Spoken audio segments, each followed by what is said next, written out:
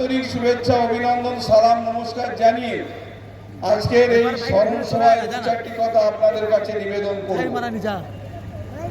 দেখুন, যে কোনো মৃত্যু বেদনাদায়ক, দুঃখদায়ক, কিন্তু কিছু কিছু মৃত্যু সেটা ভোলা যায় না। একটা লড়াকু ছেলে, যে ছেলেটি তার যে অর্থ উপার্জন করত তার পেশা থেকে, সেই অর্থের বেশিরভাগটা গরিব মানুষ, সাধারণ মানুষ, তাদের যা বিভিন্ন দাবি দেওয়া সেটা তিনি মেটাতেন। এই মানসিকতা কিন্তু সবার হয়ে ওঠে না, সবার মধ্যে থাকে না।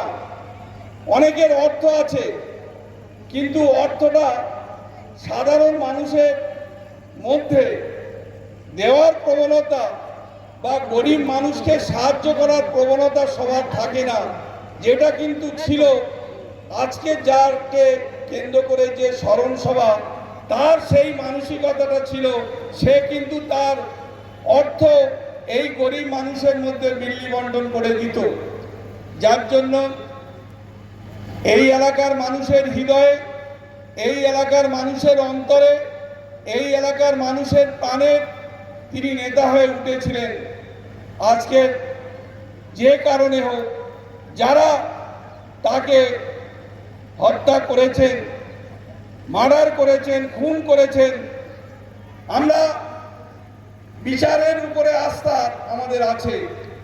বিচার ব্যবস্থা আমরা বিশ্বাস করি, আমরা আস্থা রেখেছি যে সাইফুদ্দিনকে যারা মার্ডার করেছে তারা শাস্তি পাবে।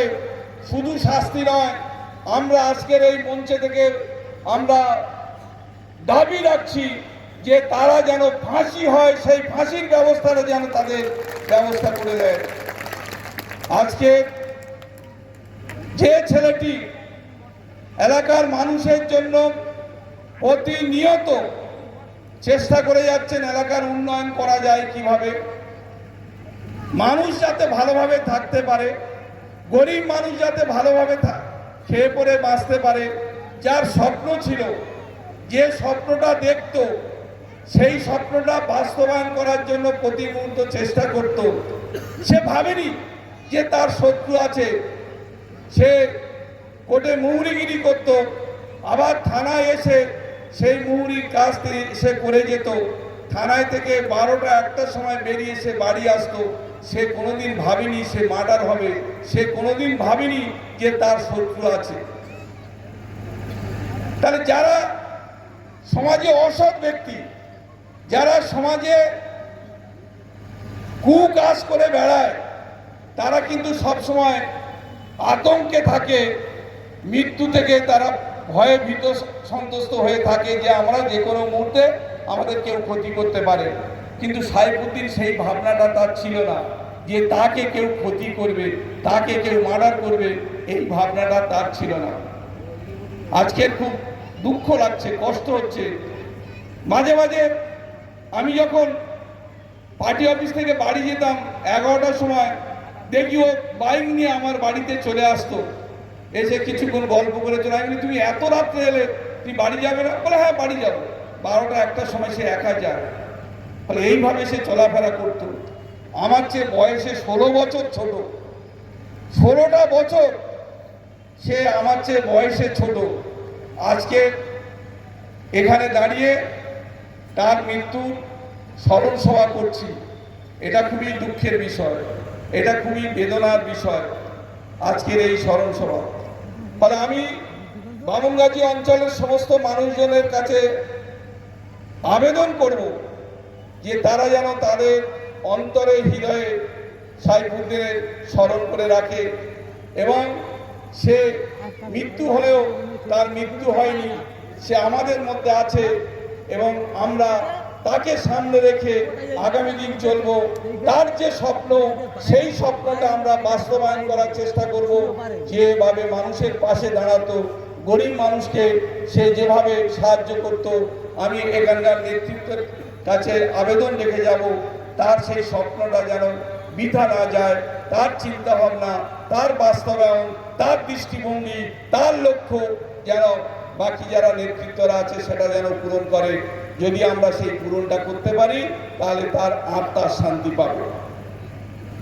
আজকের এই স্মরণ সময় আমি আপনাদের কাছে বলি, তৃণমূল কংগ্রেস প্রতিহিংসা রাজনীতি করে না। তৃণমূল কংগ্রেস মানুষকে সঙ্গে নিয়ে চলে। আজকের আমাদের প্রিয় নেত্রী বাংলার মুখ্যমন্ত্রী মমতা বন্দ্যোপাধ্যায় 2011 সালে ক্ষমতায় আসার সময় বলেছিলেন, আমরা বদলা নয় বদল চাই।